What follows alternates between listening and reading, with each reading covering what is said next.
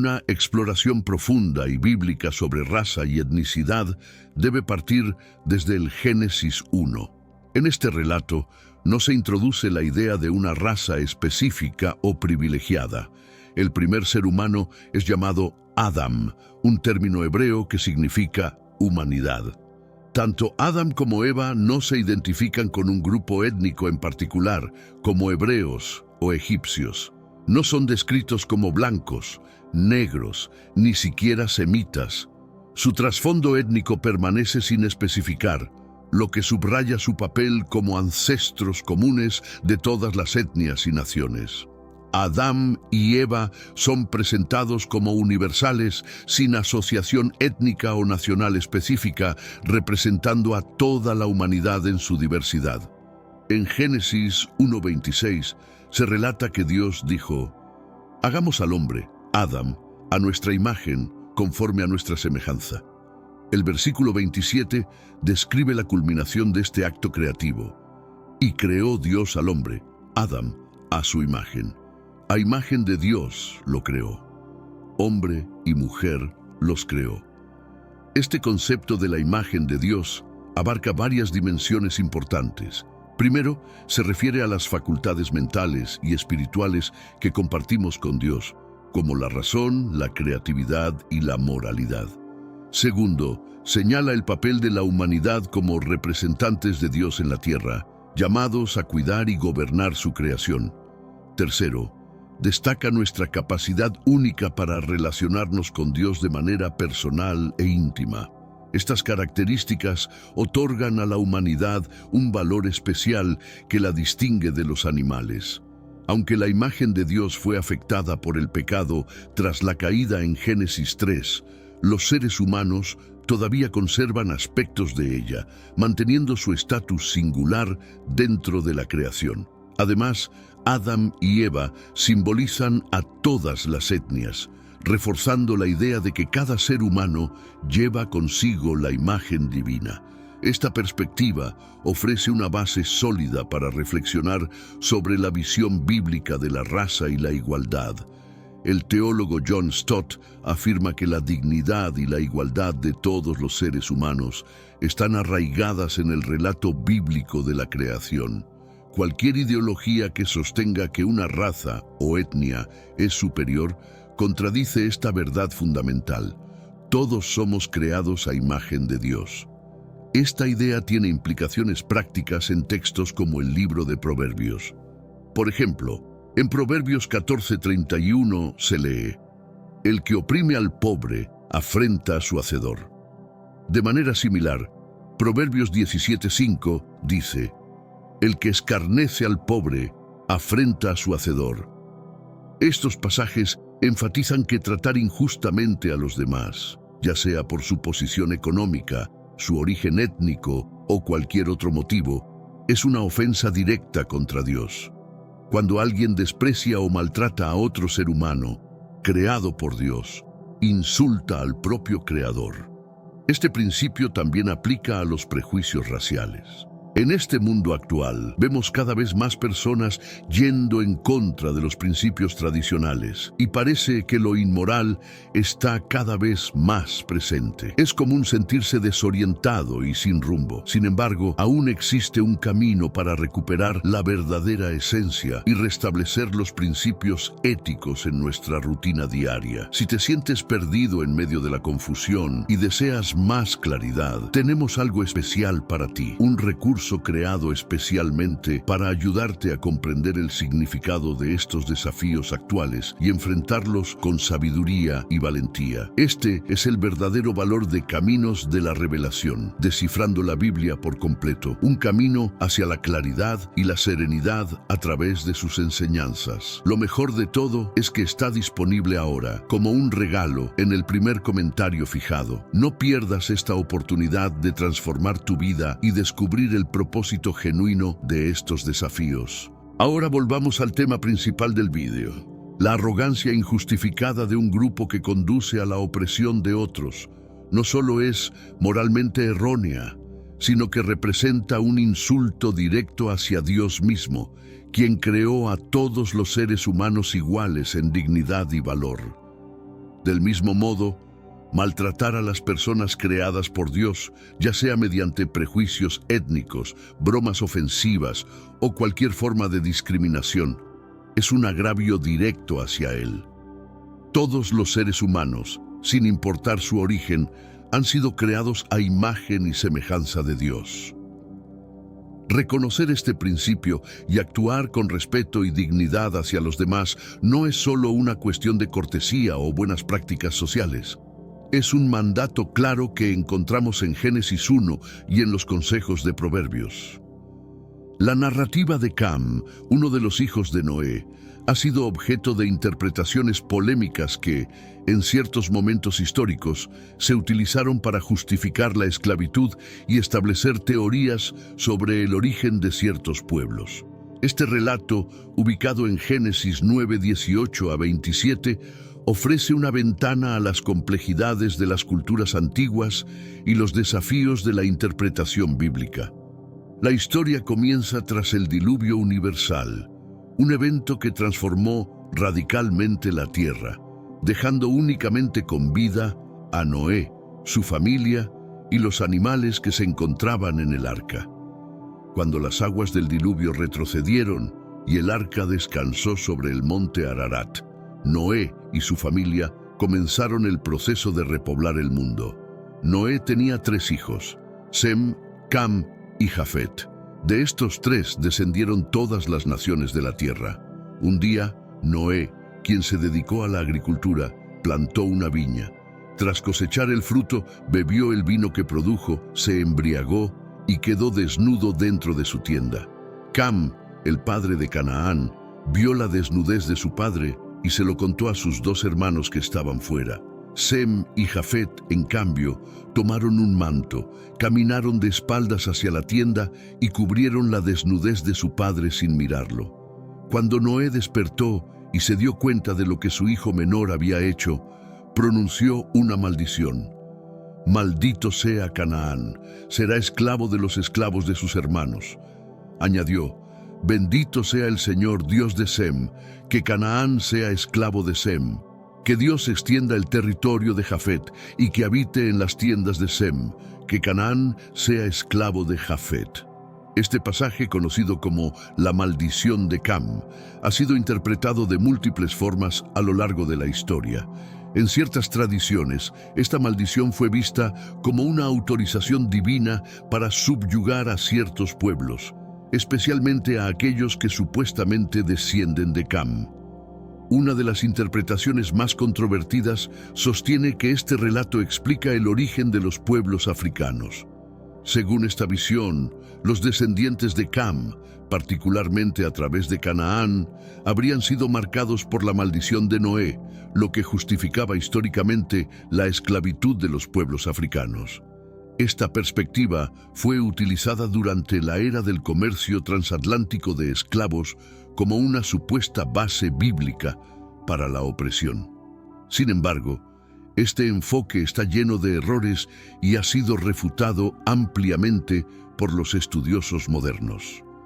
En primer lugar, la maldición recae específicamente sobre Canaán y no sobre Cam ni sobre todos sus descendientes. Además, no hay evidencia en el texto bíblico que relacione a Canaán con África o con los pueblos africanos. Interpretaciones como esta no solo son infundadas, sino que también han sido utilizadas para perpetuar injusticias que contradicen el mensaje de igualdad y dignidad inherente a la creación divina. Los cananeos, descendientes de Canaán, históricamente habitaron en la región que posteriormente se convirtió en Israel y Palestina, y no en África. Además, la Biblia no menciona que el color de piel sea un elemento relacionado con la maldición. La idea de que la maldición incluyera un cambio en el tono de piel es una interpretación posterior sin sustento en el texto bíblico.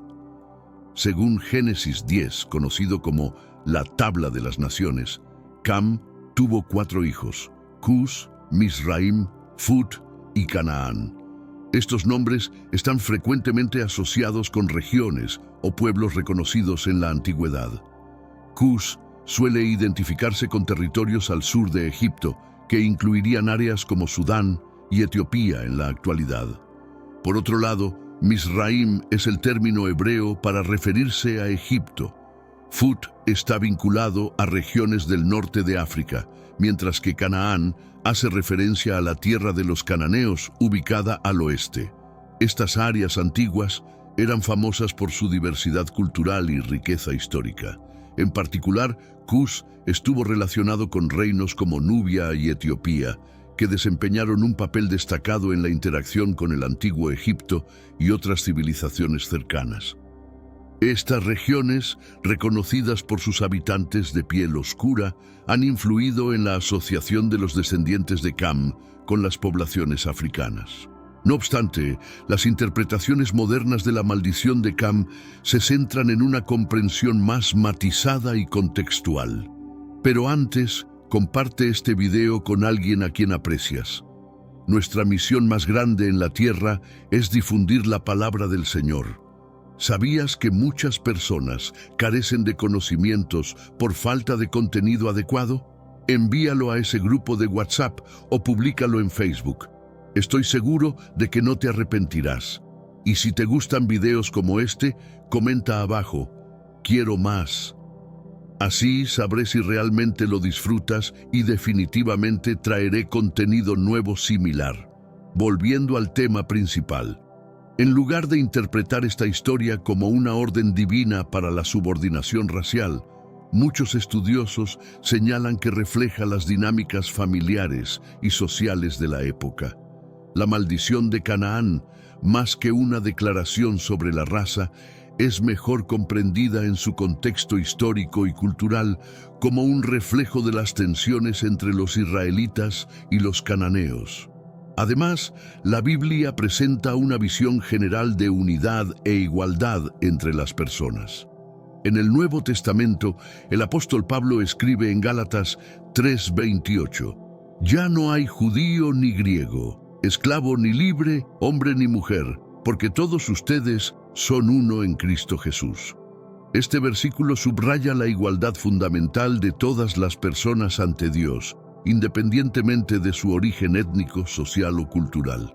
Sin embargo, a pesar de este mensaje claro, las interpretaciones erróneas de la maldición de Cam han dejado un impacto profundo. Durante el siglo XIX, defensores de la esclavitud en Estados Unidos y otras regiones utilizaron esta narrativa para justificar el sometimiento de las poblaciones africanas. Este mal uso de las escrituras contribuyó a perpetuar injusticias y desigualdades raciales, cuyos efectos aún persisten. Por ello, es fundamental abordar estos textos antiguos con un enfoque crítico y una comprensión del contexto histórico en el que fueron escritos. La historia de Cam y la maldición de Canaán debe entenderse como un relato que refleja las normas culturales y las relaciones sociales de la antigüedad, en lugar de un respaldo divino a la desigualdad racial. En el panorama bíblico, regiones como Cus y Etiopía ocupan lugares significativos, particularmente en el contexto de los orígenes y representaciones de las personas de piel oscura. La Biblia menciona estas áreas con frecuencia, presentando a sus habitantes de manera positiva y como una parte esencial del plan divino en la narrativa más amplia. Esta narrativa, enriquecida con detalles históricos y culturales, ofrece una perspectiva fascinante sobre la visión bíblica hacia los pueblos de piel oscura. La tierra de Cus, mencionada repetidamente en las Escrituras, suele asociarse con las regiones al sur de Egipto, que hoy abarcan partes de Sudán y Etiopía. Los descendientes de Cam, uno de los hijos de Noé, se asentaron en estas áreas según el relato bíblico. En Génesis 10, 6 a 7 se enumeran a los hijos de Cam: Cus, Mizraim, Fut y Canaán. Entre los hijos de Cus están Seba, Havila, Sabta, Raama y Sabteca. Cus es descrito en la Biblia como una tierra próspera y poderosa, destacada por su relevancia histórica y cultural. En Isaías 18, 1 a 2, el profeta describe a Cus en términos llenos de admiración. Ay de la tierra que se encuentra más allá de los ríos de Etiopía, que envía embajadores por el mar, en naves de papiro sobre las aguas. Vayan, mensajeros veloces, a una nación de gente alta y de piel lustrosa, temida desde tiempos antiguos, una nación poderosa, cuyas tierras están divididas por ríos. Esta descripción subraya el respeto y la prominencia que los pueblos de Cus tenían en la antigüedad. Sus habitantes, a menudo descritos como de piel oscura, eran reconocidos por sus características distintivas, algo que se menciona explícitamente en Jeremías 13:23. El profeta pregunta: ¿puede un etíope cambiar el color de su piel o un leopardo sus manchas? Así también ustedes, acostumbrados a hacer el mal, no pueden hacer el bien.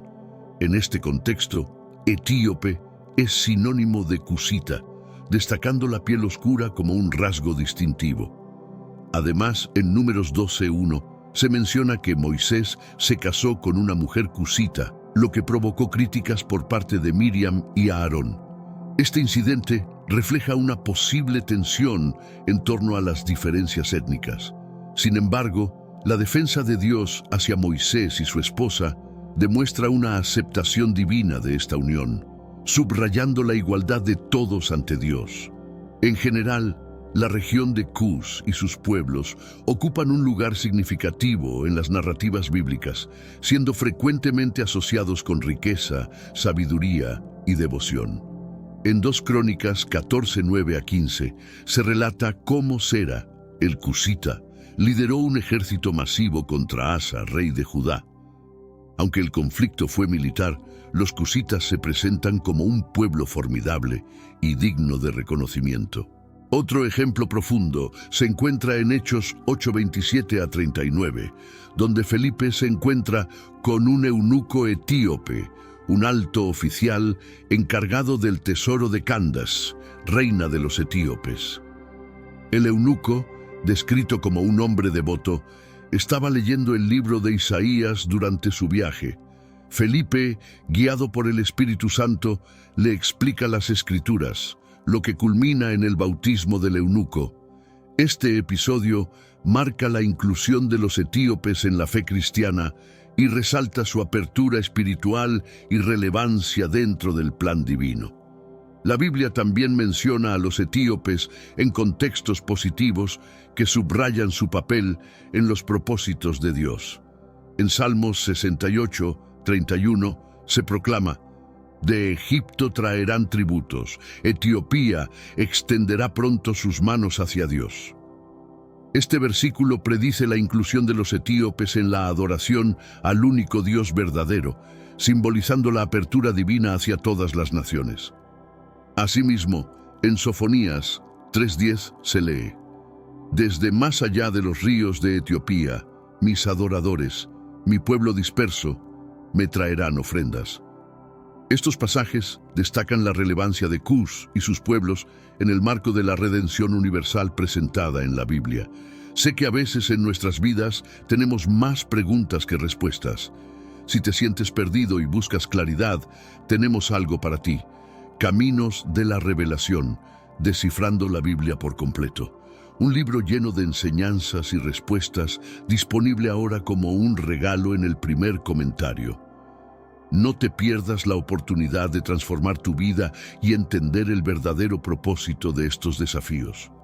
Esta profecía resalta el significado espiritual de los etíopes, sugiriendo que forman parte del pueblo disperso que al final será redimido por Dios. A lo largo de la historia, las interpretaciones de estas menciones bíblicas han cambiado significativamente. Inicialmente, estas referencias fueron usadas para minimizar la diversidad de la humanidad y restringir el alcance universal del pacto de Dios. Sin embargo, la representación de los etíopes como figuras destacadas en la narrativa bíblica ha servido para refutar interpretaciones equivocadas que buscaban justificar jerarquías raciales o la esclavitud. Los estudios modernos de las Escrituras tienden a examinar estas referencias en su contexto histórico y cultural, reconociendo que el texto bíblico refleja la rica diversidad de la humanidad. La antigua región de Cus, identificada con Etiopía, es reconocida por sus contribuciones notables a la civilización antigua, incluidas innovaciones en comercio, cultura y administración. Estas aportaciones se reflejan en la representación bíblica de la región como un lugar de gran riqueza y sus habitantes como dignos de respeto. Más allá de los textos canónicos de la Biblia, diversos escritos apócrifos y tradiciones judías mencionan a los pueblos de piel oscura. Entre estos textos destaca el Libro de los Jubileos, que asocia a Cam con la región que posteriormente sería conocida como África. Analizar estas fuentes nos permite entender cómo estos textos antiguos explican los orígenes de los pueblos negros. El Libro de los Jubileos, también conocido como el Pequeño Génesis, es un antiguo texto religioso judío que amplía los eventos del Génesis con detalles adicionales. Es considerado canónico por la Iglesia Ortodoxa Etíope y valorado por otras tradiciones judías y cristianas. Este texto ofrece una narrativa detallada sobre Noé y sus hijos tras el diluvio. Según el Libro de los Jubileos, cuando las aguas del diluvio retrocedieron, Noé y su familia emprendieron la tarea de reconstruir la civilización humana. Como parte de esta reconstrucción, Noé dividió las tierras del mundo entre sus 3 hijos, Sem, Cam y Jafet. Cada hijo recibió una porción específica del mundo para habitar y gobernar. En Jubileos 8:12-30 se detalla esta división. Cam, el segundo hijo de Noé, recibió la región que incluye el territorio que hoy conocemos como África. El texto especifica que los descendientes de Cam habitarían estas tierras, que se extendían desde el río Nilo en Egipto hasta las vastas selvas al sur, abarcando lo que hoy identificamos como África subsahariana. Además, describe cómo los descendientes de Cam se establecieron en este extenso territorio, formando asentamientos y reinos. Tanto en el Libro de los Jubileos como en otras tradiciones, Cam es identificado como el ancestro de muchas naciones. Estas historias, aunque no canónicas en muchas tradiciones cristianas, ofrecen una visión enriquecedora sobre cómo los antiguos entendían la distribución de los pueblos y territorios en el mundo. Reflejan una narrativa que celebra la diversidad y contribuciones de los descendientes de Cam, desafiando interpretaciones limitantes o prejuiciosas sobre el papel de los pueblos africanos en la historia bíblica y humana. Según Génesis 10, conocido como la Tabla de las Naciones, Cam tuvo 4 hijos: Cus, Mizraim, Fut y Canaán. Estos nombres se relacionan con regiones o pueblos reconocidos en la antigüedad. Cus identificado frecuentemente con la región al sur de Egipto, abarcando territorios que actualmente comprenden Sudán y Etiopía. Los habitantes de Cus eran conocidos por su piel oscura, lo que se alinea con la identificación tradicional de los descendientes de Cam como pueblos africanos. Mizraim, el término hebreo para referirse a Egipto. Los antiguos egipcios, según representaciones artísticas y descripciones de civilizaciones vecinas, se destacaban por una gama de tonos de piel que variaban desde claros hasta oscuros rojizos. Fut, generalmente asociado con regiones del norte de África, posiblemente el área que hoy conocemos como Libia. Canaán corresponde a la tierra de los cananeos, que ocupaba lo que hoy es Israel y Palestina. Aunque Canaán no se encuentra en África, la conexión de Cam con el continente africano proviene principalmente de las asociaciones con Cus y Mizraim. Además de las referencias bíblicas, varios textos apócrifos y tradiciones judías también mencionan a los descendientes de Cam y su relación con África. Por ejemplo, el Midrash, una colección de comentarios rabínicos sobre los textos bíblicos, incluye relatos que se refieren a Cam y sus descendientes. En una de estas narrativas se sugiere que Cam fue marcado con un signo divino, que algunas interpretaciones asociaron con la piel oscura. Aunque esta idea no es aceptada universalmente, ha formado parte del folclore judío y ha influido en cómo se percibía a los descendientes de Cam en distintas tradiciones. Otro texto importante es el Talmud babilónico. Aunque no aborda específicamente el color de piel de los descendientes de Cam, incluye debates sobre la extensión geográfica de la herencia de Noé. En combinación con el relato del libro de los jubileos, el Talmud refuerza la asociación de la línea de Cam con el continente africano. A lo largo de la historia, la relación entre los descendientes de Cam y África ha tenido diversas interpretaciones. En la época medieval, muchos estudiosos judíos y cristianos mantuvieron esta conexión como una forma de explicar la diversidad racial y la expansión de la humanidad. Sin embargo, es fundamental reconocer los errores históricos asociados con estas interpretaciones. Durante el comercio transatlántico de esclavos, algunos defensores de la esclavitud utilizaron la historia de Cam como justificación para el sometimiento de los africanos, alegando que la asociación de Cam con África era un mandato divino para su subyugación. Estas lecturas han sido ampliamente desacreditadas y se consideran una distorsión de los textos bíblicos. Los estudiosos bíblicos modernos subrayan que la maldición pronunciada por Noé en Génesis 9:25 se dirige específicamente a Canaán, hijo de Cam, y no a Cam ni a todos sus descendientes. Además, no hay evidencia en la Biblia que relacione esta maldición con el color de piel. La idea de que la maldición incluía un cambio en el tono de piel es una adición posterior sin respaldo en los textos originales. Esto resalta la importancia de analizar cuidadosamente el contexto y evitar interpretaciones erróneas que perpetúen prejuicios o injusticias. El mensaje teológico central de la Biblia resalta la unidad y la igualdad de todos los seres humanos. En el Nuevo Testamento, Pablo escribe en Gálatas 3:28, «Ya no hay judío ni griego, esclavo ni libre, hombre ni mujer, porque todos ustedes son uno en Cristo Jesús». Este versículo subraya la igualdad esencial de todas las personas ante Dios, sin importar su origen étnico, social o cultural. Este mensaje está en armonía con el relato bíblico de la creación. En Génesis 1:27 se establece que Dios creó al ser humano a su imagen. A imagen de Dios lo creó. Hombre y mujer los creó. Este pasaje declara que todos los seres humanos, independientemente de su raza o etnicidad, llevan consigo la imagen divina, lo que les otorga dignidad y valor intrínseco. En los libros de Éxodo, Levítico, Números y Deuteronomio, Moisés se presenta como la figura humana central, además de Dios. Elegido por Dios como líder y mediador de Israel, Moisés desempeña un papel fundamental en estas narrativas. Lo interesante es que el relato bíblico también incluye detalles personales sobre Moisés, como sus 2 matrimonios interétnicos.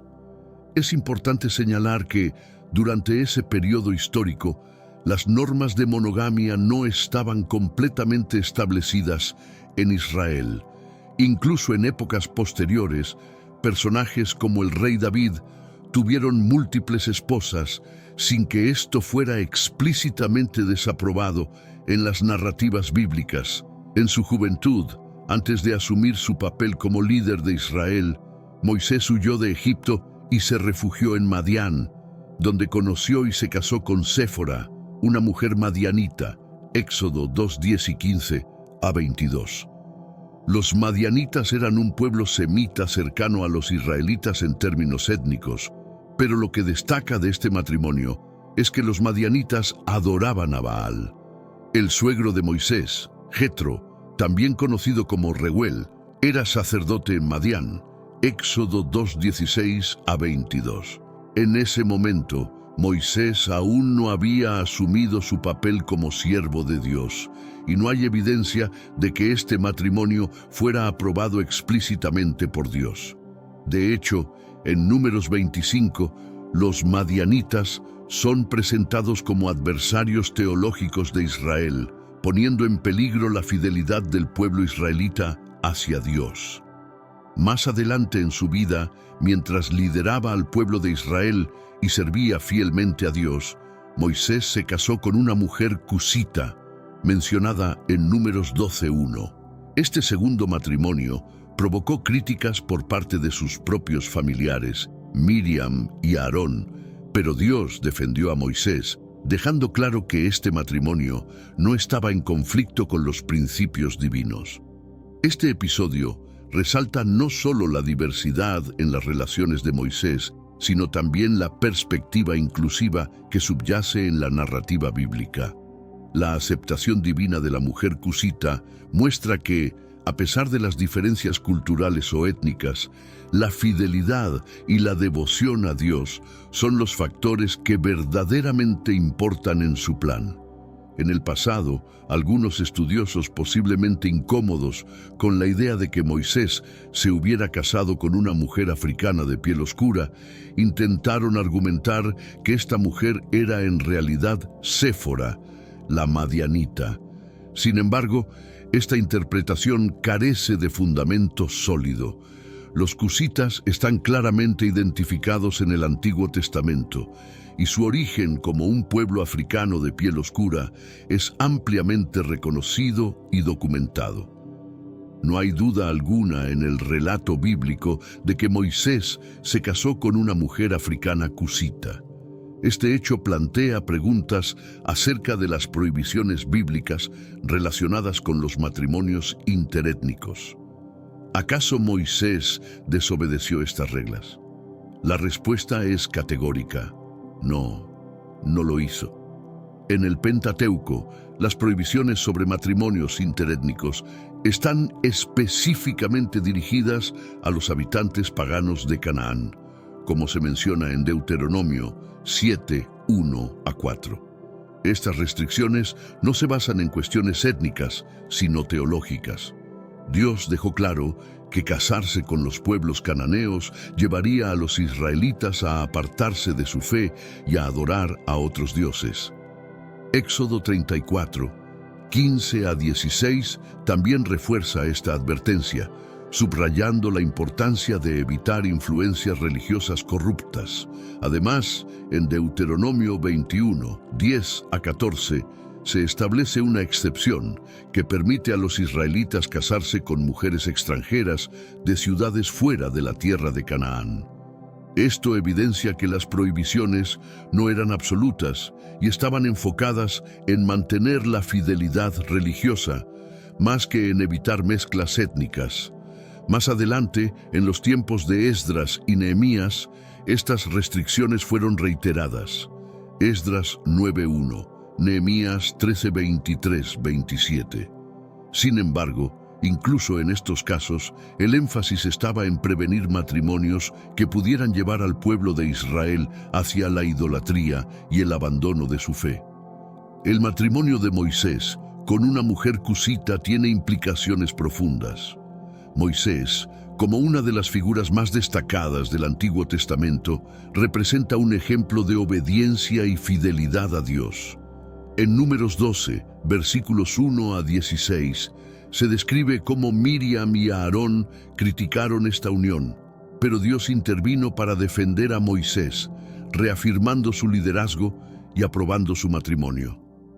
Este episodio es significativo porque muestra que, incluso en los primeros tiempos de Israel, uno de sus líderes más fieles y cercanos a Dios contrajo matrimonio con una mujer africana. La aprobación divina de esta unión demuestra que las prohibiciones bíblicas sobre matrimonios interétnicos estaban relacionadas exclusivamente con preservar la pureza religiosa, no con imponer barreras raciales o étnicas. Adicionalmente, Esta narrativa refuerza un mensaje de inclusión y respeto hacia las diferencias culturales, subrayando que lo que realmente importa ante Dios es la fe y la fidelidad, no el origen étnico. La relación de Moisés con su esposa Cusita sirve como un recordatorio de que la unidad en Dios trasciende cualquier división humana, ya sea cultural o racial. Este relato refleja la complejidad y riqueza de las historias bíblicas. Demuestra que la aprobación divina no depende del origen étnico, sino de la fidelidad hacia él. La vida y los matrimonios de Moisés ilustran el mensaje bíblico más amplio de unidad e igualdad, destacando que todos los seres humanos, sin importar su raza o etnicidad, tienen un valor inherente ante Dios. Este mensaje se repite a lo largo de las Escrituras, recordándonos que todos fuimos creados a imagen de Dios y por lo tanto poseemos dignidad y valor intrínseco.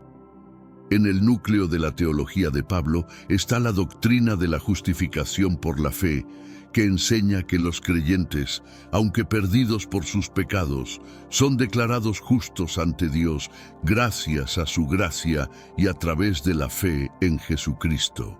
Pablo no solo desarrolla esta doctrina teológica, sino que también destaca sus implicaciones prácticas.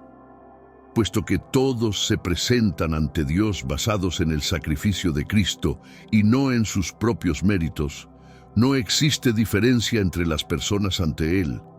Este principio se refleja en Gálatas 3:28, donde Pablo afirma: «Ya no hay judío ni griego, esclavo ni libre, hombre ni mujer, porque todos ustedes son uno en Cristo Jesús». Cualquier noción de superioridad étnica contradice esta verdad teológica fundamental. Las enseñanzas de Pablo no solo promueven la igualdad, sino que también enfatizan la unidad entre los creyentes. En Colosenses 3:11, Pablo escribe: «Aquí no hay griego ni judío, circunciso ni incircunciso, bárbaro ni escita, esclavo ni libre, sino que Cristo es todo y está en todos». Asimismo, en Efesios 2:14-16, subraya que grupos antes divididos, como judíos y gentiles, ahora están unidos en un solo cuerpo en Cristo. Pablo va más allá de la mera tolerancia hacia otros grupos étnicos dentro de la Iglesia. Enseña la completa unidad y una identidad compartida entre todos los creyentes. Pablo proclama que todos los cristianos son parte de una misma familia, miembros de un solo cuerpo. Una vez que somos redimidos por la fe y traídos a Cristo, nuestra identidad debe transformarse profundamente. Nuestra identidad principal ya no radica en nuestra raza, etnicidad o antecedentes culturales, sino en nuestra pertenencia a Cristo y su reino. Ya sea que seamos blancos, negros, asiáticos o latinoamericanos, nuestra primera y más importante identidad es ser cristianos. Este entendimiento debería moldear nuestra perspectiva, nuestras acciones y nuestra forma de vernos a nosotros mismos y a los demás. La unidad en Cristo trasciende cualquier diferencia humana, creando un vínculo que nos une como un solo pueblo bajo el señorío de Jesús. Los seguidores de Cristo deben considerar a otros creyentes, sin importar su origen étnico, como sus verdaderos hermanos y hermanas en la fe, más cercanos incluso que aquellos de su misma etnicidad, pero que no comparten su fe. Esto no se trata simplemente de aceptar o tolerar a otros, sino de reconocer que todos formamos parte de una misma familia espiritual, unidos por el vínculo en Cristo y valorados igualmente ante Dios por su obra transformadora en nuestras vidas. Este entendimiento no niega las diferencias culturales o raciales, pero redefine dónde radica nuestra identidad principal. Si bien las características culturales y étnicas son parte de nuestra realidad, estas deben pasar a un segundo plano cuando se comparan con nuestra identidad como hijos de Dios. Este concepto de unidad alcanza su punto culminante en el libro de Apocalipsis, donde se presenta una visión de personas de todas las naciones adorando juntas a Cristo. En Apocalipsis 5:9 se celebra que Jesús redimió a personas de cada tribu, lengua, pueblo y nación. Esta frase aparece repetidamente a lo largo del libro. Apocalipsis 5:9, 7:9, 10:11, 11:9, 13:7, 14:6, 17:15, mostrando su importancia. En el simbolismo de Apocalipsis, el número 4 representa la totalidad del mundo y el número 7 simboliza perfección y completitud. Por lo tanto, la repetición de esta expresión 7 veces refuerza la idea de que Dios ha incluido a todos los pueblos y culturas en su plan redentor y en la adoración final ante su trono. Esta visión apocalíptica no solo reafirma el mensaje bíblico de igualdad entre los creyentes, sino que también destaca la inclusión de todas las culturas y etnias en el plan divino de salvación. Es un recordatorio para que la Iglesia refleje esta unidad divina aquí en la tierra, esforzándose por promover la inclusión y la hermandad genuina. El libro de Apocalipsis inicia con una imagen impresionante de Cristo glorificado, que deja a Juan asombrado y maravillado. Apocalipsis 1:1-20. Este encuentro introduce una serie de mensajes dirigidos a las 7 iglesias. Apocalipsis 2:1-3:22, seguido de una descripción grandiosa de la gloria celestial. Apocalipsis 4:1-11. Posteriormente, Juan describe un vistazo al futuro, entrelazando el juicio y la redención en su narrativa. Apocalipsis 6-8. Sin embargo, surge un problema fundamental. Juan observa que no hay nadie, ni en el cielo ni en la tierra, que sea digno de abrir el rollo que contiene los planes divinos para el futuro. Apocalipsis 5:1-4. Este dilema plantea preguntas esenciales para la humanidad. ¿Quién puede definir nuestro destino? ¿Qué sucederá con nosotros? Ni los gobernantes del pasado ni los líderes actuales tienen el poder o la autoridad para controlar nuestro futuro. Este momento de incertidumbre pone de manifiesto que solo Cristo, el Cordero sacrificado, posee la dignidad y el poder para abrir el rollo y ejecutar los planes de Dios. Esta revelación resalta que el verdadero control y la autoridad sobre el destino de la humanidad no recaen en las manos humanas, sino en Dios. La visión presentada en Apocalipsis nos invita a depositar nuestra confianza en Cristo, el único digno, y a vivir con la certeza de que nuestro futuro está asegurado bajo su reino eterno. Solo hay una persona capaz de intervenir en la historia de la humanidad y cumplir los propósitos eternos de Dios, aquel que entregó su vida por nuestra redención y ahora reina con poder. Apocalipsis 5:5 dice: Entonces uno de los ancianos me dijo: No llores. Mira, el león de la tribu de Judá, la raíz de David, ha vencido y puede abrir el rollo y sus 7 sellos. Jesús, como el Rey glorificado, tiene la autoridad suprema para dirigir el curso de la historia. Este hecho tiene relevancia para el tema de la identidad étnica, ya que la visión de Jesús sobre la culminación de los tiempos resalta la importancia de la diversidad cultural y étnica. En Apocalipsis 7:9-10 se nos muestra una imagen del final de los tiempos que celebra la diversidad. Después de esto miré y vi una gran multitud que nadie podía contar, de todas las naciones, tribus, pueblos y lenguas, de pie delante del trono y delante del Cordero, vestidos de ropas blancas y con ramas de palma en sus manos, y clamaban en voz alta: La salvación pertenece a nuestro Dios, que está sentado en el trono, y al Cordero. Este pasaje enfatiza que en la reunión final habrá una multitud proveniente de todas las culturas y lenguas, unidas en adoración ante el trono de Dios y el Cordero. La diversidad étnica ocupa un lugar central en el plan eterno de Dios.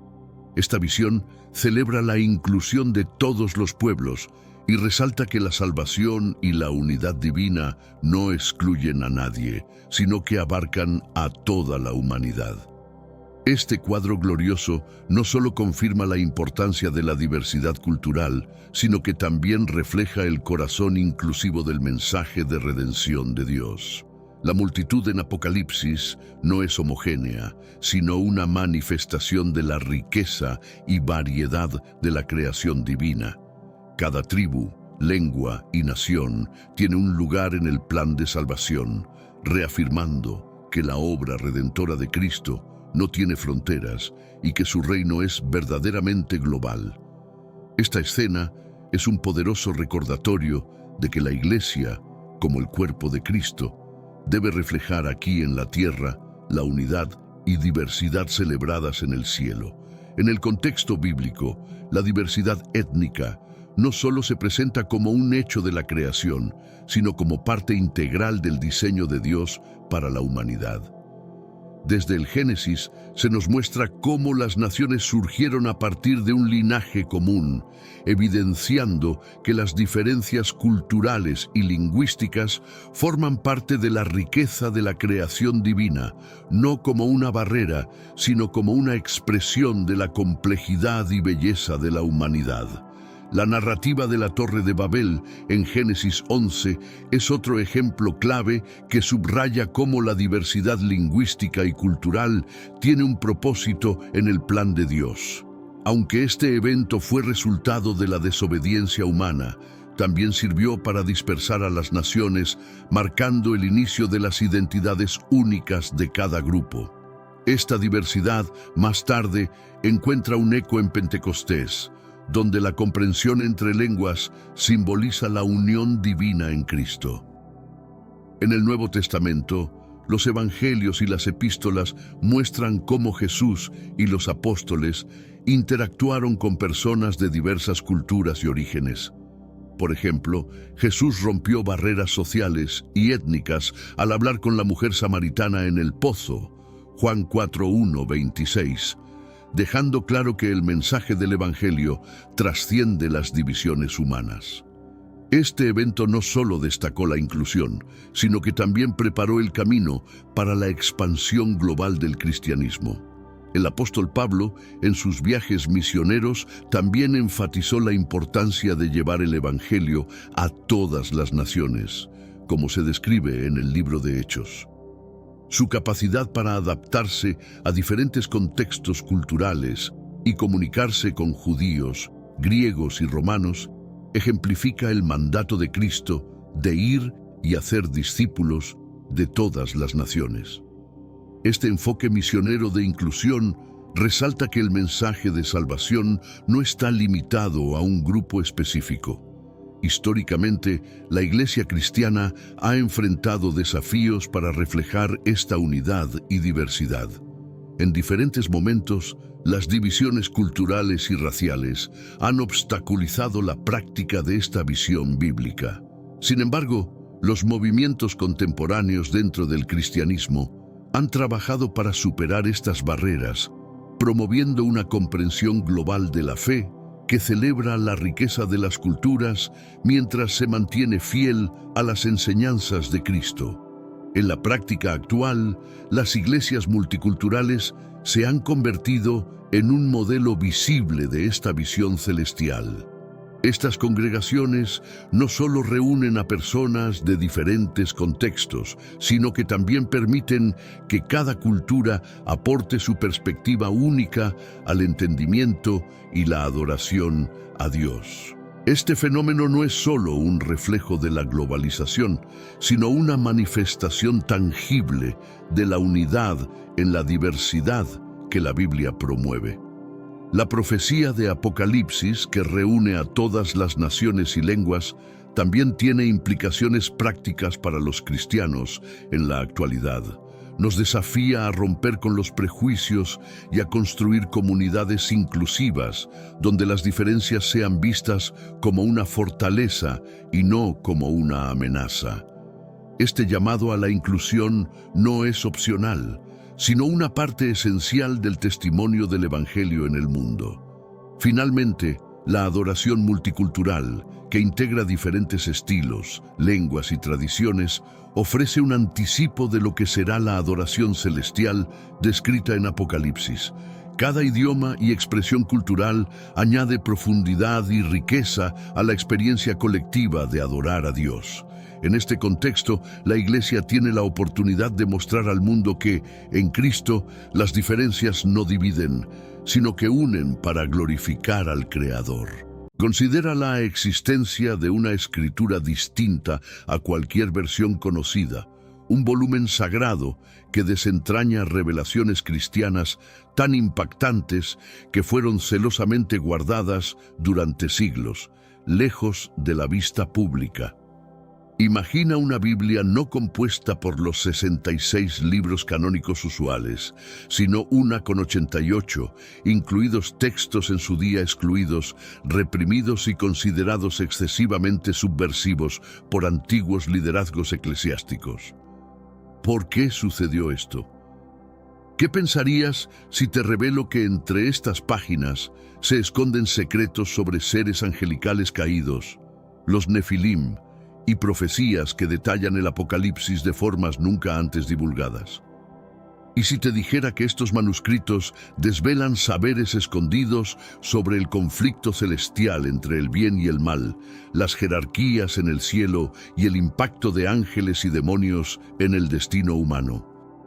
Vamos a explorar los textos secretos de la Biblia ortodoxa etíope, un compendio que alberga enigmas que han permanecido ocultos para la mayoría del cristianismo durante eones.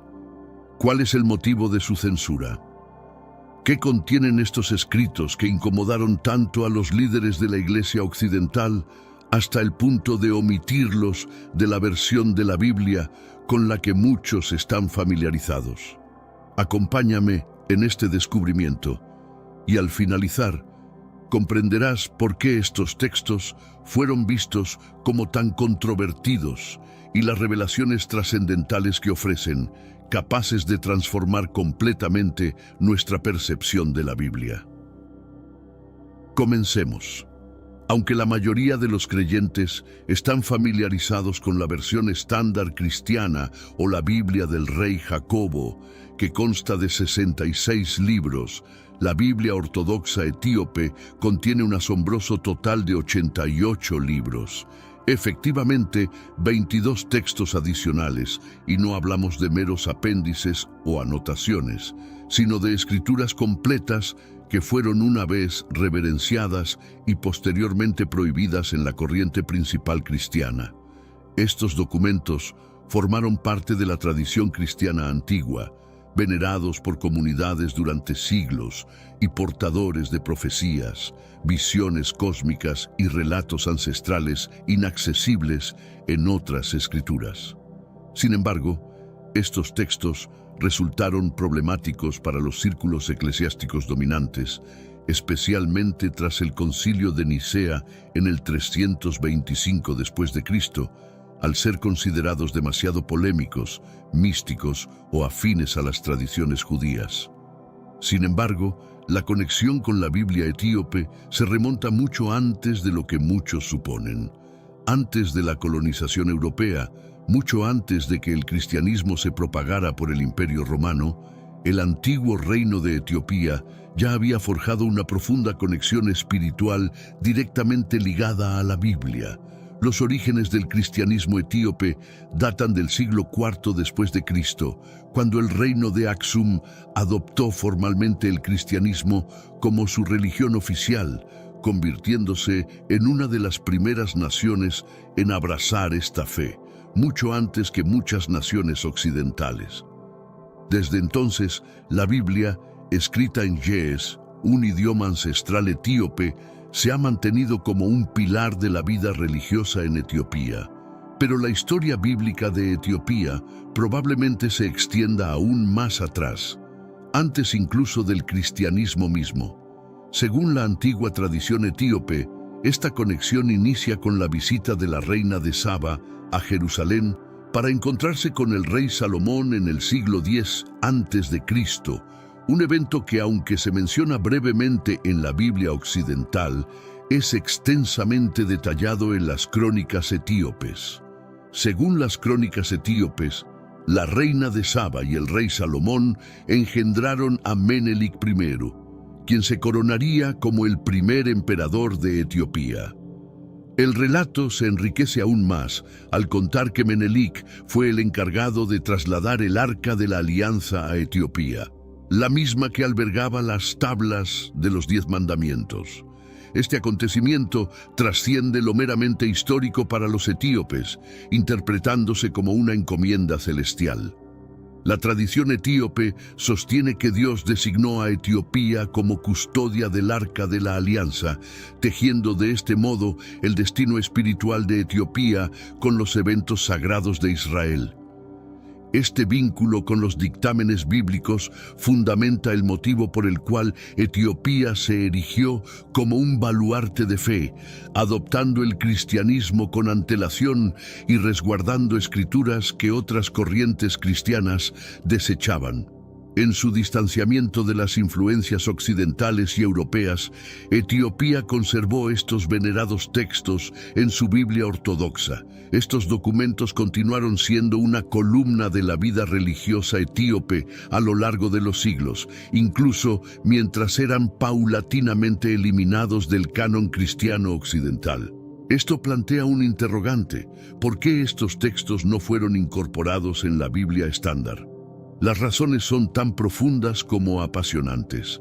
En este mundo actual, vemos cada vez más personas yendo en contra de los principios tradicionales, y parece que lo inmoral está cada vez más presente. Es común sentirse desorientado y sin rumbo. Sin embargo, aún existe un camino para recuperar la verdadera esencia y restablecer los principios éticos en nuestra rutina diaria. Si te sientes perdido en medio de la confusión y deseas más claridad, tenemos algo especial para ti, un recurso creado especialmente para ayudarte a comprender el significado de estos desafíos actuales y enfrentarlos con sabiduría y valentía. Este es el verdadero valor de Caminos de la Revelación, descifrando la Biblia por completo, un camino hacia la claridad y la serenidad a través de sus enseñanzas. Lo mejor de todo es que está disponible ahora, como un regalo, en el primer comentario fijado. No pierdas esta oportunidad de transformar tu vida y descubrir el propósito genuino de estos desafíos. Ahora volvamos al tema principal del vídeo. Varios de estos escritos fueron descartados por contener conceptos considerados excesivamente místicos o especulativos. Textos como el libro de Enoc exponen detalles sobre entidades celestiales, ángeles caídos y los Nefilim, gigantes nacidos de la unión entre humanos y ángeles. Estas profecías apocalípticas que revelan misterios del cielo y el infierno, los orígenes del mal y el juicio final divino, fueron vistos como demasiado provocativos para la iglesia emergente. Otros fueron omitidos por su cercanía con el judaísmo. Escritos como Jubileos y Macabeos enfatizan la rigurosa observancia de las leyes judías, como el Sabbat, las normas alimenticias y la circuncisión. En una época donde la joven iglesia cristiana buscaba diferenciarse del judaísmo, percibiendo estos textos como una amenaza a su naciente identidad. Además, algunos de estos libros se percibieron como un riesgo para la homogeneidad doctrinal que la antigua iglesia aspiraba a establecer. Los líderes eclesiásticos temían que la inclusión de estos textos pudiera propiciar interpretaciones divergentes sobre la teología, especialmente respecto al papel de los ángeles, la vida tras la muerte y el juicio divino. Su inclusión en el canon podría entonces abrir la puerta a herejías o divisiones dentro de la iglesia primitiva. En el marco colonial, cuando las potencias europeas, especialmente Italia, intentaban someter a Etiopía, la propia Biblia ortodoxa etíope se convirtió en un blanco. Era vista como un desafío espiritual al control europeo. El singular contenido de la Biblia, que vincula a Etiopía espiritualmente con Israel, y el cristianismo primitivo simboliza una resistencia frente a la imposición religiosa y cultural europea. Al marginar la Biblia ortodoxa etíope, las potencias coloniales intentaban sofocar la autonomía religiosa de Etiopía para imponer sus propias interpretaciones occidentales de la fe. Entonces, ¿qué misterios albergan estos textos que fueron vedados? ¿Por qué causaban tanto recelo en los líderes eclesiásticos occidentales? Es posible que estos antiguos escritos desvelen profetas ocultos, descripciones de entidades celestiales y detalles sobre el fin del mundo demasiado impactantes para ser ignorados. Esto es Deep Bible Stories. Para comprender por qué la Biblia ortodoxa etíope incluye tantos libros excluidos de la versión estándar cristiana, debemos primero investigar el papel único de Etiopía en la historia bíblica y cristiana. Comencemos en el siglo IV después de Cristo, una era en la que gran parte del mundo aún no había abrazado el cristianismo. Durante este periodo, el reino de Aksum, una civilización prominente situada en lo que hoy es la moderna Etiopía, fue una de las primeras naciones en adoptar oficialmente el cristianismo como religión estatal. Este hecho cimentó la identidad de Etiopía como nación cristiana, convirtiéndola en una de las comunidades cristianas más antiguas y continuas del planeta. ¿Pero cómo ocurrió esto? Contrario a la creencia popular que atribuye la expansión del cristianismo en Etiopía a misioneros europeos, la Iglesia Ortodoxa etíope traza sus raíces hasta el apóstol Felipe y la conversión de un eunuco etíope descrita en Hechos 8:26 a 40. Este oficial de la corte etíope, bautizado por Felipe, llevó la fe cristiana de vuelta a Etiopía, instaurando así la tradición cristiana en el país. En pocos siglos, este incipiente movimiento se transformó en la religión oficial del poderoso reino de Aksum.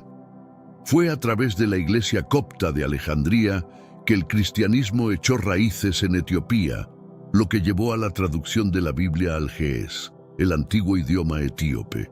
Y conforme el cristianismo se expandía por todo el reino de Aksum, se incluyeron no solo los 66 libros típicos.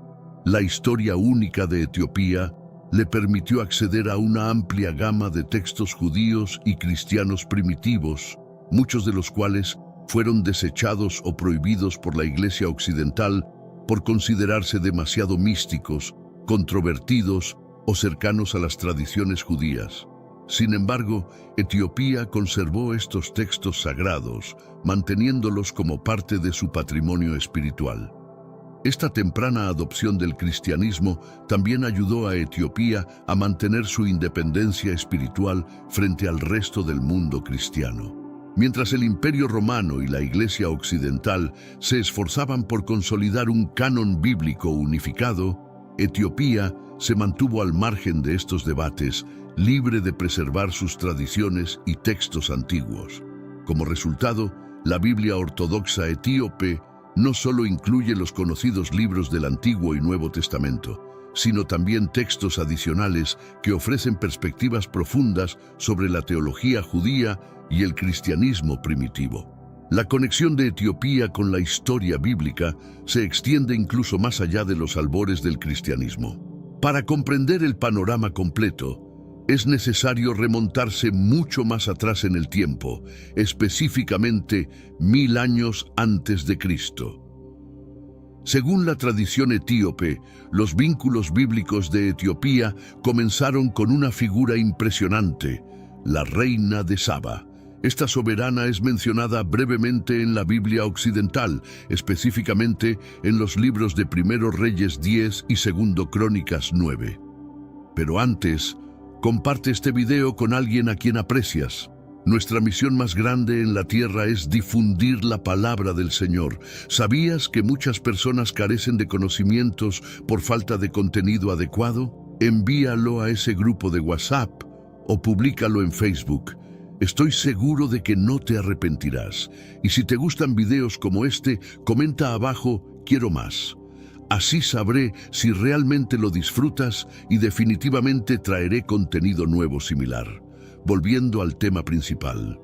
De acuerdo con estos relatos, ella viajó desde el distante reino de Saba, que los etíopes identifican actualmente como parte de Etiopía y Yemen, para encontrarse con el ilustre rey Salomón en Jerusalén. Mientras que la Biblia occidental apenas esboza su visita, la narrativa etíope, plasmada en el Kebra Nagast, un texto crucial para la identidad nacional y espiritual de Etiopía, describe una historia mucho más detallada. Según este texto, la reina de Saba, conocida en Etiopía como Maqueda, y el rey Salomón engendraron a un hijo, Menelik, quien ascendería al trono como el primer emperador de Etiopía.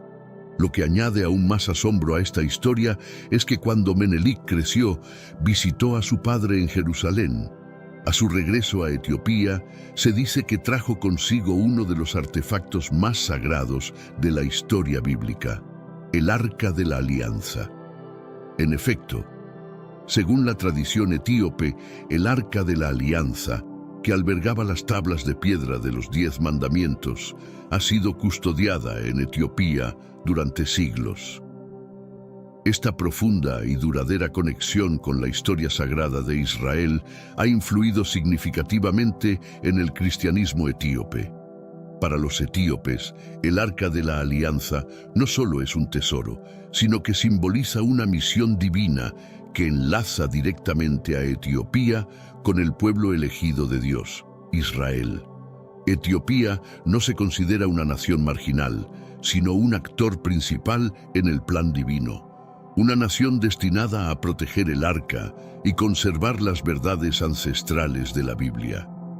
Mientras la cristiandad occidental se ocupaba de establecer y consolidar el canon bíblico, Etiopía se dedicaba a preservar una colección completa de textos cristianos y judíos antiguos. Debido al aislamiento geográfico de Etiopía respecto a Europa, el país pudo resistir las presiones para alinearse con las decisiones tomadas durante el Concilio de Nicea en 325 después de Cristo, un momento crucial para la cristiandad en el Imperio Romano. Fue en este concilio donde los líderes eclesiásticos se reunieron para unificar la doctrina cristiana y decidir qué libros serían considerados inspirados y cuáles serían excluidos. La Iglesia occidental comenzó a configurar una Biblia que omitía textos considerados demasiado judíos, excesivamente místicos o especulativos. Libros como el de Enoc, Jubileos y los Macabeos fueron vistos como problemáticos por diversas razones, ya sea por profundizar en la naturaleza de los ángeles o por enfatizar la observancia estricta de las leyes judías. Sin embargo, Etiopía permaneció en gran medida inafectada por estas decisiones doctrinales. Manteniendo sus conexiones con las raíces cristianas coptas, el país conservó un amplio espectro de textos bíblicos. Por esta razón, la Biblia ortodoxa etíope incluye no solo los 66 libros encontrados en la mayoría de las Biblias cristianas, sino también 22 libros adicionales que fueron prohibidos o excluidos del canon occidental. Etiopía se estableció como un refugio espiritual, preservando antiguas tradiciones lejos del influjo de las doctrinas europeas occidentales. Por ello, la Biblia ortodoxa etíope se distingue claramente de las versiones predominantes en el cristianismo moderno. Representa un legado vivo de una vertiente del cristianismo que ha permanecido inmutable desde los inicios de esta fe, no afectada por los numerosos debates doctrinales y las disputas políticas que moldearon las escrituras occidentales. La presencia de estos textos que fueron omitidos y prohibidos en la Biblia ortodoxa etíope no es simplemente un detalle histórico fascinante. Nos recuerda que existieron diversas interpretaciones sobre los contenidos apropiados para la Biblia y que muchos de los escritos descartados por la Iglesia occidental todavía poseen un valor espiritual significativo. Por ejemplo, el libro de Enoc detalla con claridad las acciones de los ángeles caídos, su interacción con los seres humanos y su castigo final. Este documento ha sido influyente en el desarrollo del pensamiento cristiano acerca de la maldad y el apocalipsis.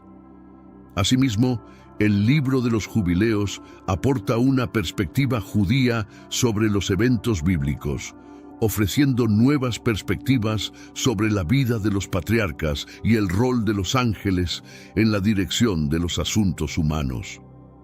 Estos manuscritos nos proporcionan un vistazo a un segmento olvidado de la historia cristiana, una época en la cual la teología estaba aún formándose y los límites de lo ortodoxo se debatían.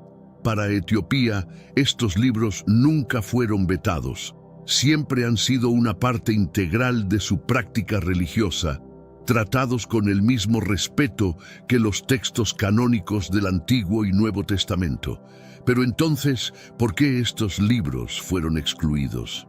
¿Qué contienen estos documentos sagrados que provocaron que la Iglesia occidental los declarase no aptos para la Biblia? Las causas de esto son tan intrincadas como intrigantes, entrelazadas no solo con dilemas teológicos, sino también con conflictos políticos y culturales. En este análisis examinaremos por qué exactamente estos textos fueron apartados por las autoridades cristianas antiguas y las razones por las que Etiopía optó por retenerlos. Una de las razones primordiales para su exclusión radica en su contenido altamente místico y su naturaleza espiritual y especulativa. Muchos de los libros rechazados, como el libro de Enoc y el libro de los Jubileos, tratan temas considerados esotéricos, centrados en el ámbito celestial, la jerarquía angelical y las interacciones entre divinidades y humanos. Por ejemplo, en el libro de Enoc se relata la historia de los vigilantes, ángeles caídos que bajaron a la tierra, interactuaron con los humanos y finalmente generaron una corrupción extensa a través de sus descendientes, los Nefilim. Estos ángeles no solo se sublevaron contra Dios, sino que también entregaron a los humanos saberes vedados, tales como los secretos de la guerra, la hechicería y la astrología. Esta clase de narrativa contrasta con el enfoque simplificado de salvación que predomina en la Biblia occidental. La Iglesia occidental, especialmente tras el Concilio de Nicea en el 325 después de Cristo, percibió estas enseñanzas especulativas con desconfianza, consideradas distracciones de los principios fundamentales del cristianismo, la vida, muerte y resurrección de Jesucristo. Los prelados temían que un énfasis excesivo en temas como ángeles, conflictos celestiales y el fin de los tiempos pudiera confundir a los fieles o llevar a interpretaciones místicas de las Escrituras, alejando la atención del mensaje central de la redención.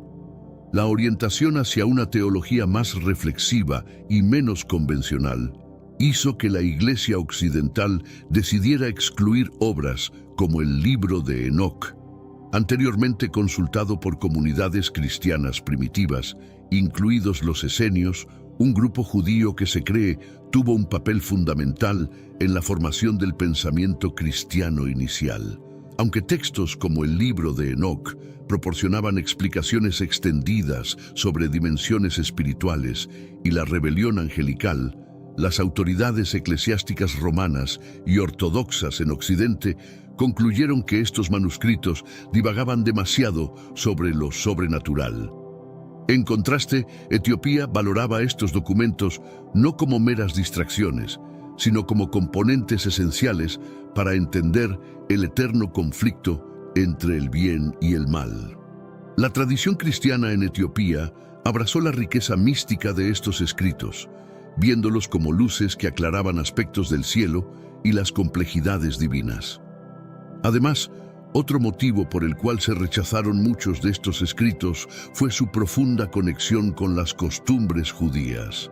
Textos como el libro de los Jubileos y los Macabeos destacaban la observancia rigurosa de preceptos judíos, tales como el sábat, la circuncisión y las leyes dietéticas.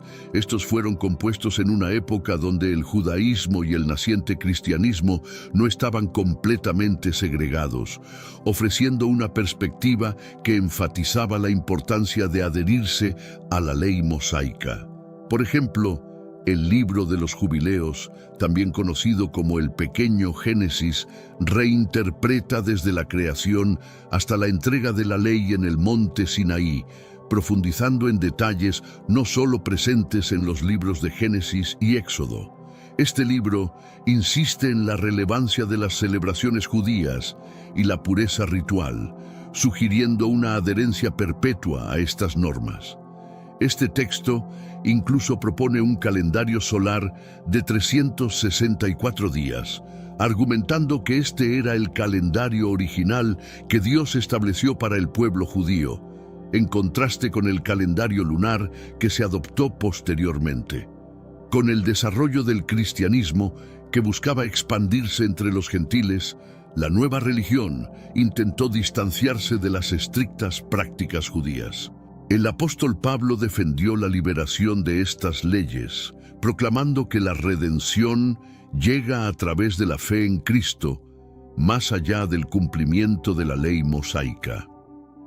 A medida que la Iglesia occidental se organizaba, libros que subrayaban las normativas judías, como los Jubileos y los Macabeos, fueron vistos como remanentes innecesarios de un pasado que se debía superar. No obstante, Etiopía mantuvo un vínculo más profundo con estas tradiciones. La Iglesia Ortodoxa etíope rastrea su ascendencia hasta el rey Salomón a través de Menelik I, hijo de Salomón, y la reina de Saba. Por esta razón, la doctrina cristiana en Etiopía ha permanecido profundamente enraizada en prácticas judías, sin ver la necesidad de alejarse de ellas. Como consecuencia, estos escritos aún forman parte de la Biblia ortodoxa etíope, proporcionando a los creyentes una rica tradición que armoniza la ley del Antiguo Testamento con el mensaje salvífico del cristianismo. De hecho, los macabeos son tenidos en gran estima en Etiopía, donde, a diferencia de la cristiandad occidental que los relegó a textos apócrifos, continúan siendo vistos como testimonios esenciales de la resistencia judía, la adherencia a la ley divina y la intervención de Dios frente a la opresión. En Etiopía, los macabeos son celebrados como defensores de la fe judía frente a la supresión por parte de autoridades extranjeras. Para los cristianos etíopes contemporáneos, la historia de los macabeos sigue siendo profundamente motivadora. Una razón crucial por la que estos libros se excluyeron es que representaban un desafío a la ortodoxia cristiana en un momento en que la Iglesia primitiva estaba definiendo su identidad y unificando su doctrina para fortalecer la fe ante la expansión del cristianismo a lo largo del Imperio Romano. Durante esta expansión surgieron diversas sectas e interpretaciones, algunas consideradas heréticas por la naciente Iglesia Ortodoxa. Muchos libros de la Biblia ortodoxa etíope ofrecen visiones teológicas alternativas que las autoridades eclesiásticas occidentales creían que podrían desorientar o fragmentar las primeras comunidades cristianas. Por ejemplo, ciertos textos proponen interpretaciones distintas sobre la vida después de la muerte, el juicio divino y la función de los ángeles. El libro de Enoc, en particular, aborda detalladamente a los vigilantes y a los nefilim, conceptos considerados excesivamente aventurados para la doctrina cristiana en desarrollo. Los líderes de la Iglesia primitiva estaban empeñados en centrar la atención en la salvación ofrecida por Cristo, evitando lo que percibían como divagaciones sobre ángeles y esferas celestiales. Su meta era establecer una fe coherente y uniforme en todas las comunidades cristianas, lo que implicaba descartar textos con narrativas alternativas o que enfatizaban demasiado en lo espiritual desconocido. El Concilio de Nicea y otros concilios eclesiásticos jugaron un papel crucial en este proceso, ayudando a cimentar un canon cristiano que dirigiera a los fieles hacia una comprensión clara del rol de Cristo en el plan de salvación. En este proceso se omitieron libros que profundizaban en los misterios espirituales del universo, privilegiando en cambio las enseñanzas directas del Evangelio. Etiopía no percibió estos libros como una amenaza para la ortodoxia. De hecho, la Iglesia etíope consideraba que estos textos enriquecían la comprensión del diseño divino, ofreciendo revelaciones sobre el ámbito angelical, el destino de los ángeles caídos y los eventos escatológicos. Para Etiopía, estos libros no eran meras especulaciones, sino aportes valiosos que complementaban las enseñanzas del Nuevo Testamento, ofreciendo una visión más completa de la lucha eterna entre el bien y el mal. No podemos ignorar cómo el colonialismo influyó en la marginalización de la Biblia ortodoxa etíope. Durante la era colonial, especialmente con la invasión italiana en los siglos XIX y XX, la Iglesia ortodoxa etíope y sus escrituras fueron vistas como obstáculos para la dominación europea. Los colonizadores vieron la independencia espiritual de Etiopía y su conexión con tradiciones cristianas ancestrales como una forma de resistencia. Lejos de ser una nación pasiva, Etiopía era una comunidad cristiana con tradiciones profundas y únicas que antecedían a gran parte de la historia cristiana europea. La Biblia ortodoxa etíope era símbolo de desafío porque vinculaba a Etiopía directamente con Israel y con la Iglesia primitiva, una conexión espiritual y políticamente incómoda para los colonizadores. Al marginar o prohibir la Biblia etíope, las fuerzas coloniales buscaban debilitar la identidad espiritual de Etiopía y promover las doctrinas religiosas occidentales. Así como la resistencia de Etiopía contra el dominio colonial la convirtió en un emblema de la independencia africana, su desafío religioso mediante la conservación de su Biblia ortodoxa la estableció como un símbolo espiritual. La Biblia etíope, repleta de textos excluidos y libros prohibidos, fue percibida como un desafío a la estructura religiosa occidental, una amenaza que cuestionó la hegemonía del catolicismo y el protestantismo. ¿Consideras que la independencia espiritual de Etiopía fue vista como una amenaza por las potencias coloniales? Comparte tus opiniones sobre cómo esto influyó en la represión de la Biblia ortodoxa etíope. Ahora que hemos examinado por qué estos libros fueron prohibidos, es hora de adentrarnos en los misterios que contienen. Cada escrito de la Biblia ortodoxa etíope revela aspectos profundos sobre los dominios espirituales, la historia antigua y el diseño divino. Exploraremos más a fondo estos libros vetados y lo que descubren sobre el mundo invisible, las profecías y el fin de los tiempos. Verás por qué Etiopía los conservó y por qué son ahora más relevantes que nunca. Tal vez el más conocido de estos libros, el libro de Enoc, nos sumerge en la estructura cósmica y los dominios espirituales. Este análisis no se limita a una mera descripción de ángeles y demonios. El libro nos ofrece un relato detallado sobre la rebelión angelical, sus interacciones con los humanos y su eventual juicio. La primera parte de Enoc, conocida como el Libro de los Vigilantes, inicia con una revelación impactante. 200 ángeles, llamados vigilantes, fueron enviados por Dios para supervisar a la humanidad. Sin embargo, se desviaron de la gracia al involucrarse con los seres humanos.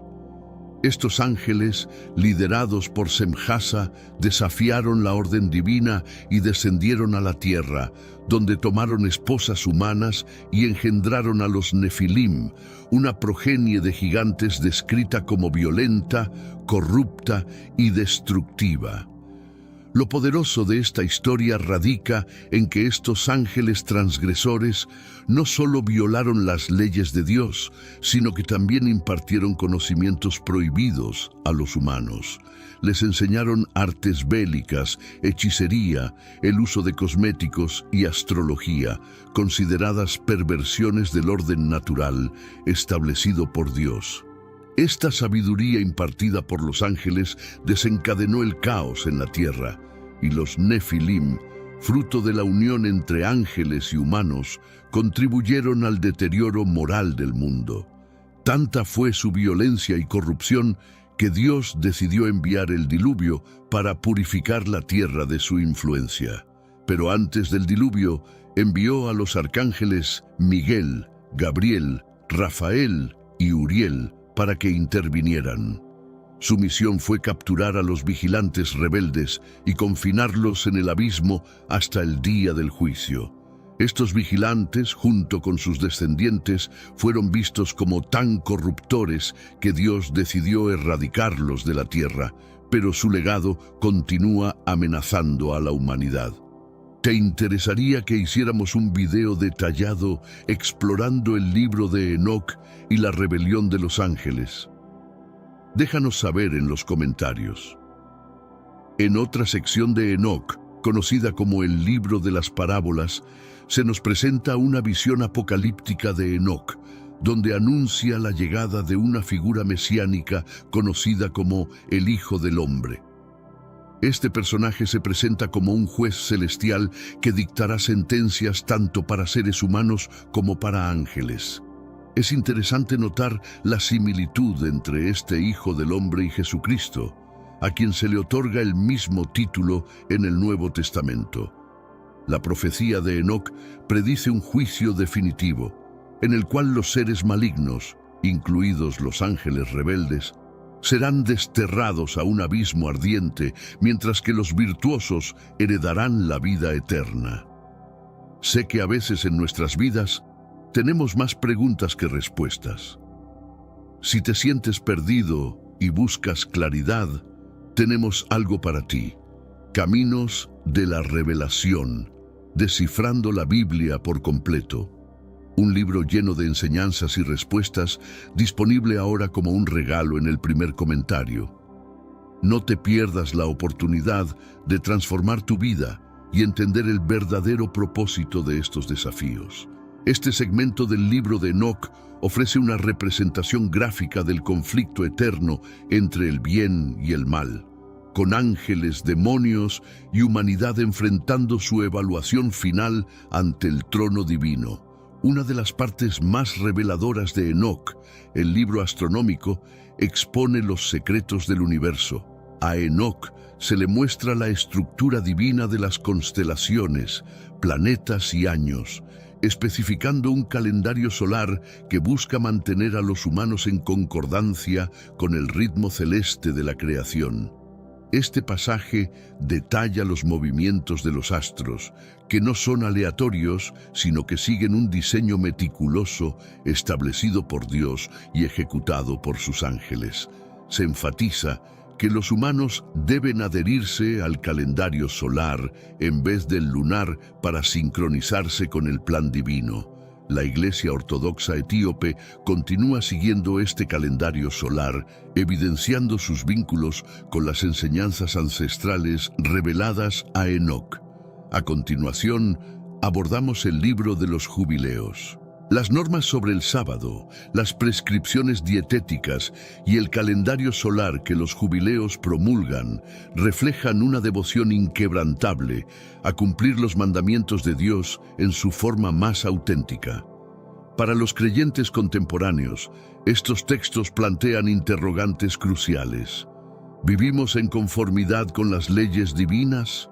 ¿Nos hemos alejado demasiado de los principios esenciales otorgados a la humanidad desde sus inicios? ¿Qué implicaría un retorno a estas prácticas? Los jubileos sostienen que las directrices otorgadas a Adán, Noé y Abraham no eran temporales, sino mandatos perpetuos. Esto plantea una cuestión provocadora. ¿Deberían los cristianos de hoy seguir los mismos preceptos que se entregaron a los patriarcas? ¿Ha perdido la cristiandad moderna algo esencial al alejarse de la estricta observancia de la ley divina? Por último, consideremos lo que significa que estos textos se hayan preservado en Etiopía. Como hemos visto, la Biblia ortodoxa etíope es un tesoro espiritual que alberga muchos de los textos excluidos por la cristiandad occidental. La función de Etiopía en la conservación de estos escritos trasciende la tradición religiosa. Representa una profunda declaración de resistencia espiritual contra las fuerzas que intentaron erradicar estas verdades antiguas. Durante la era colonial, mientras los poderes europeos buscaban imponer su hegemonía religiosa y política sobre África, la Iglesia Ortodoxa etíope se erigió como un bastión de desafío. La custodia de estos textos sagrados no fue solo un acto de fidelidad religiosa, sino también una afirmación de independencia. Etiopía mantuvo las verdades bíblicas antiguas incluso cuando el resto del mundo cristiano las abandonaba. Esto sugiere que la Biblia ortodoxa etíope podría poseer enseñanzas destinadas a ser preservadas para este momento histórico. Mientras el mundo lidia con desafíos sin precedentes, quizás haya llegado el momento de sacar a la luz estos escritos sagrados. Hemos explorado a fondo los textos restringidos de la Biblia ortodoxa etíope, desde las enigmáticas visiones de Enoc hasta las profecías de Isaías y la valiente resistencia de los macabeos. Cada uno de estos libros alberga secretos y revelaciones que retan nuestra percepción de la Biblia y la historia del cristianismo. En medio del vasto mosaico de textos religiosos del mundo, la Biblia ortodoxa etíope se distingue por su colección única de escrituras, muchas de las cuales no se encuentran en otras tradiciones cristianas. Esta versión de la Biblia incluye libros como el de Enoc y Jubileos, además de 3 libros de los Macabeos, ofreciendo una visión más amplia y diversificada de la fe cristiana, arraigada en las tradiciones judías y las influencias locales únicas de Etiopía. El libro de Enoc es uno de los textos más intrigantes entre los incluidos en la Biblia etíope, detallando la historia de los ángeles caídos y sus interacciones con la humanidad, un tema que ha sido objeto de intensos debates teológicos. Estas narrativas no solo enriquecen la comprensión de los fenómenos celestiales, sino que también ofrecen paralelismos intrigantes con otras mitologías antiguas que exploran el origen del mal y la interacción divina con el mundo. La ascensión de Isaías es otro texto notable que describe un viaje a través de los cielos, revelando jerarquías celestiales y visiones apocalípticas. Este libro proporciona una rara visión de los procesos espirituales y las batallas que, según el texto, moldean el destino humano y celestial. La inclusión de estos textos en la tradición etíope sugiere una concepción del mundo espiritual que es tanto vasta como detallada. La historia de los macabeos, cubierta más extensamente en la Biblia etíope que en la mayoría de las otras tradiciones bíblicas, resalta la resistencia contra la opresión y la lucha por la preservación de la fe y la identidad religiosa. Estas narrativas de resistencia no son solo históricas, sino que también ofrecen metáforas poderosas para la resistencia espiritual y moral en tiempos de crisis. Mientras el mundo moderno enfrenta una miríada de crisis, ambientales, sociales y políticas, estos textos antiguos ofrecen una perspectiva valiosa sobre cómo las generaciones pasadas entendieron y navegaron sus propias tribulaciones.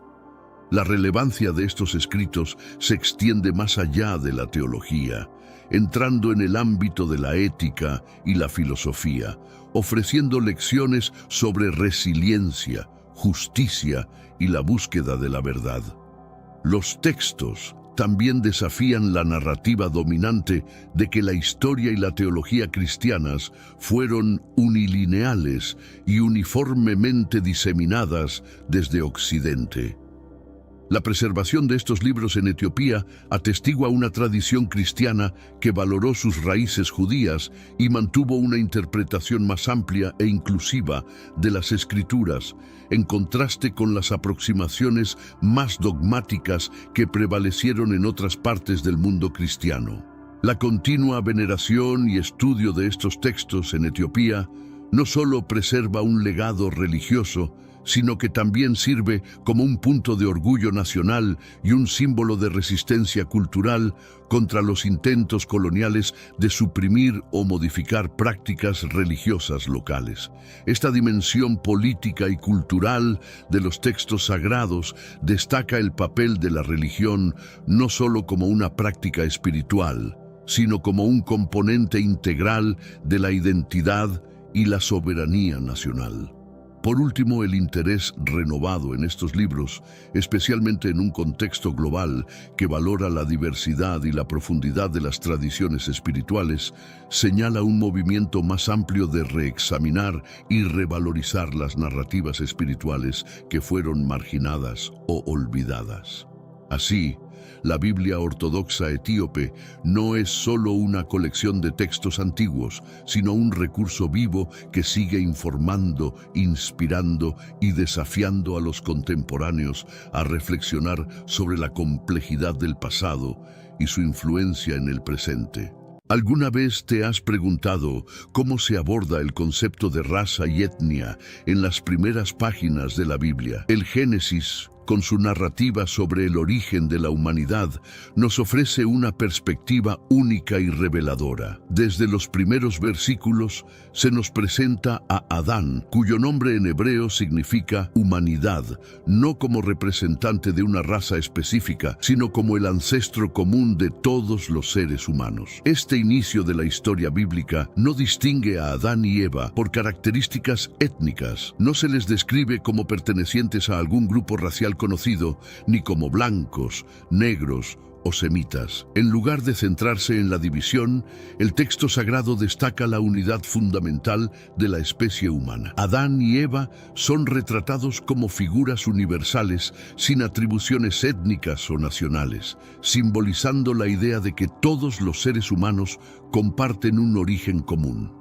En el versículo 26 del primer capítulo del Génesis, se encuentra una declaración divina que profundiza aún más este concepto. Hagamos al hombre a nuestra imagen y semejanza. ¿Cómo influye esta visión en nuestro entendimiento de la diversidad humana? ¿Y por qué es crucial revisitar estas escrituras para comprender la relación entre fe y las nociones modernas de raza y etnia? Estas preguntas nos guían a explorar no solo los textos bíblicos, sino también las implicaciones éticas y sociales que emergen de ellos en nuestro mundo contemporáneo. El versículo 27 del Génesis describe esta acción creativa. Así Dios creó al hombre, Adán, a su propia imagen. Lo creó a imagen de Dios. Los creó hombre y mujer. La imagen de Dios engloba varios aspectos. 1.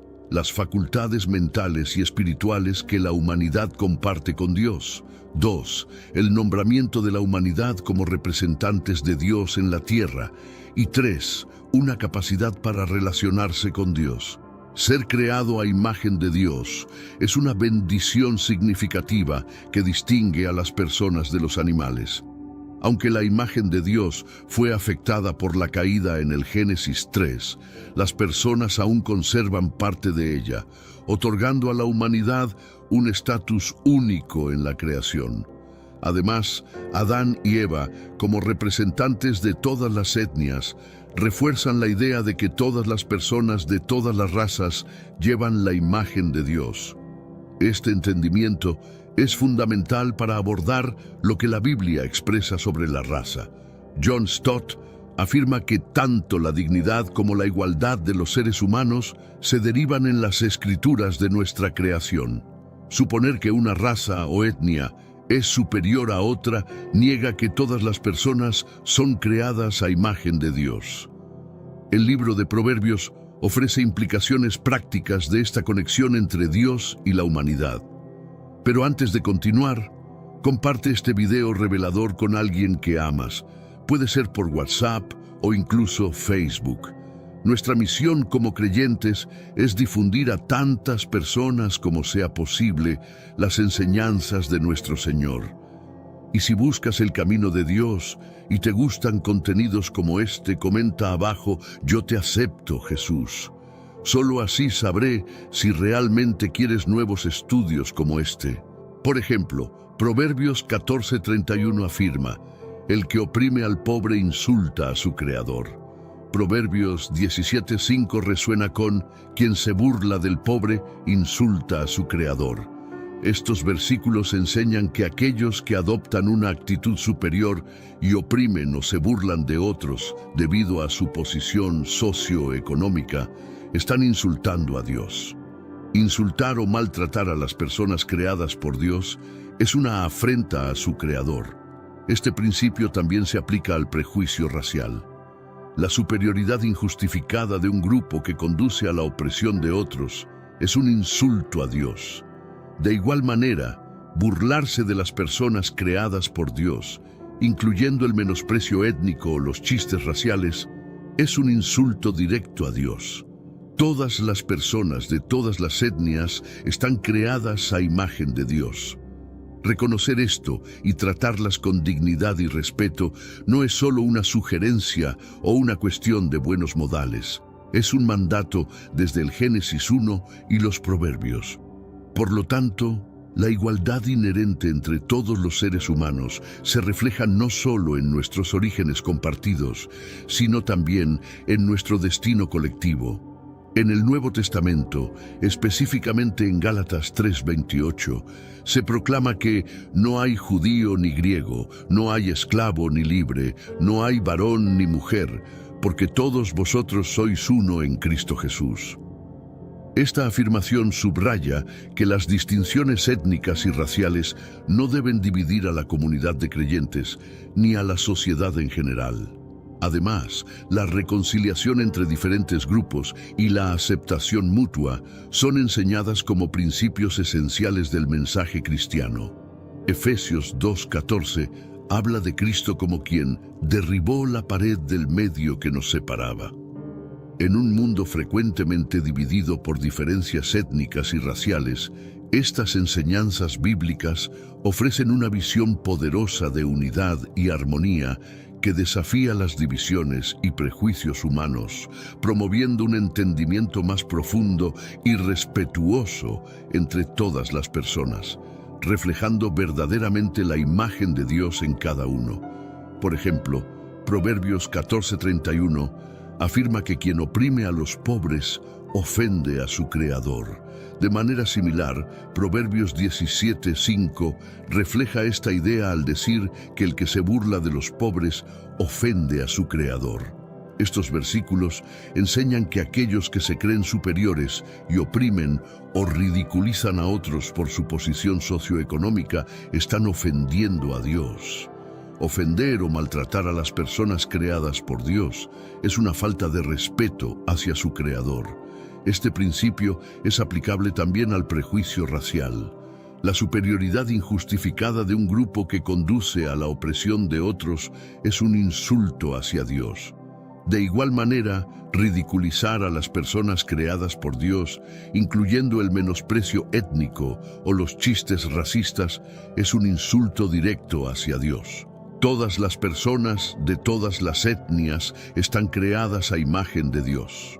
Reconocer esto y tratarlas con dignidad y respeto no es solo una sugerencia o una cuestión de buenos modales, sino un mandato del Génesis 1 y los Proverbios. La historia de Cam, uno de los 3 hijos de Noé, y una interpretación controvertida que históricamente se ha utilizado para explicar el origen de las personas negras y justificar la esclavitud.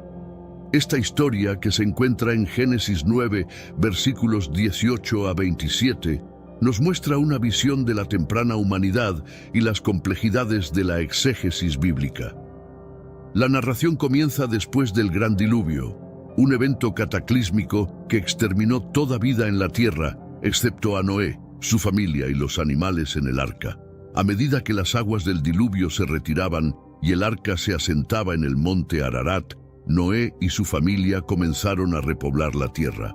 Noé tenía 3 hijos, Sem, Cam y Jafet. De estos 3 hijos nacieron las naciones del mundo. Un día, Noé, que se había dedicado a la agricultura, plantó un viñedo. Bebió de su vino, se embriagó y yacía desnudo dentro de su tienda. Cam, el padre de Canaán, vio la desnudez de su padre y lo contó a sus 2 hermanos afuera. Sem y Jafet tomaron una prenda, entraron de espaldas y cubrieron la desnudez de su padre. Se volvieron de espaldas para no ver la desnudez de su padre. Cuando Noé despertó de su embriaguez y descubrió lo que su hijo menor le había hecho, exclamó: «Maldito sea Canaán, será el más bajo de los esclavos para sus hermanos».